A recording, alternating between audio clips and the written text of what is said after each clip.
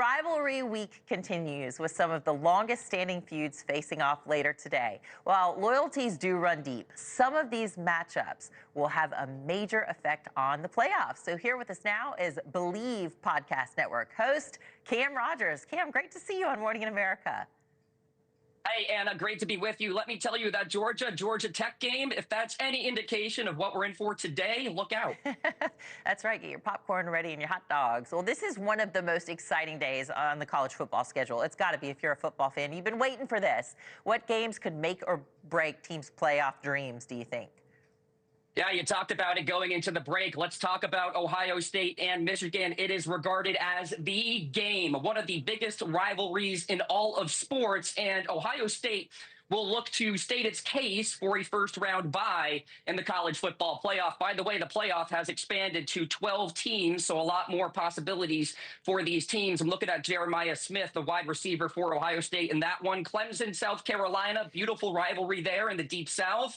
Clemson is trying to get into the playoff with a win. It may get there. We shall see. Alabama and Auburn, known as the Iron Bowl, always close games. Auburn not as good as years past, but still that should be competitive. And then, of course, you've got Texas and Texas A&M. The winner goes to the SEC title game. Yep, and the game between OSU and U of M. I lived in Toledo, Ohio for a short time in my 20s doing morning TV there, and there were households divided with, they'd be hanging a flag and it would be half of one team and half of the other. Right. And you can only imagine what it's like for all of these rivalries there in the area too.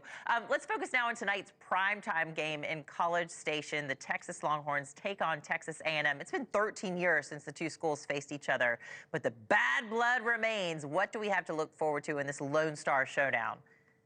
It's interesting. They played every year from 1915 to 2011, so now it's rivalry renewed, if you will. All eyes are on quarterback Quinn Ewers right now. He is probable to play. My understanding is he won't be 100%. But he is going to suit up today. You've got Arch Manning in the wings as well if he needs to play some snaps. But this is a massive, massive game, obviously, because the winner goes to the SEC championship. And Texas, as we stand, is projected to get a first-round bye in the college football playoff. So they cannot afford to lose this game. This one is in College Station, to your point, Anna. So when you have the 12th man out there for Texas A&M, the crowd, what have you, it could be an upset special. We shall see. Well, we got to talk about that five-star high school quarterback, Bryce Underwood, the #1 recruit in the country, flipped from LSU to Michigan with the help of billionaire Larry Ellison backing a $10 million NIL deal. What are your thoughts on this?